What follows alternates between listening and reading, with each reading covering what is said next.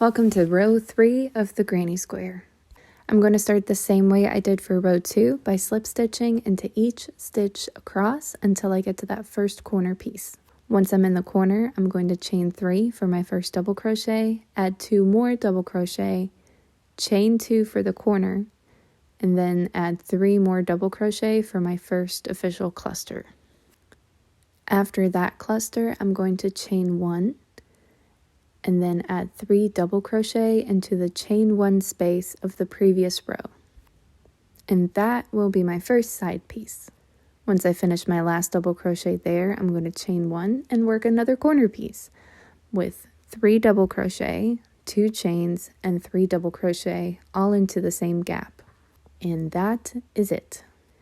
The granny square is really just a combination of double crochet clusters and chains to separate them.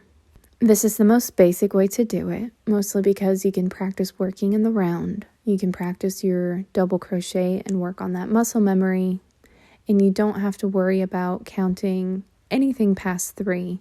So you don't have to count all the stitches in your rows to make sure you're not dropping any. You don't have to count gaps or negative space. You're really just working sets of 3 double crochet into gaps and chaining in between.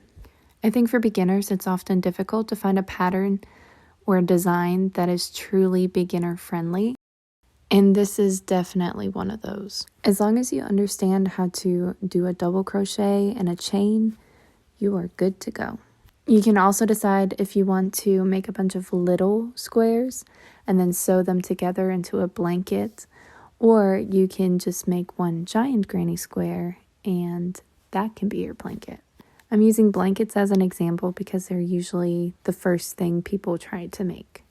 But granny squares are a lot more versatile than that because you can also turn them into pillows, coasters, sweaters, t-shirts, bags, purses, whatever you like. And now here I am at my last cluster. And once I finish the last double crochet, I'm going to slip stitch into the top of the chain 3 that I did at the beginning of the row.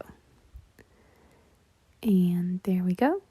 That's what it looks like. I'm going to stretch it out a little bit so that the corners actually look like corners. And that's it.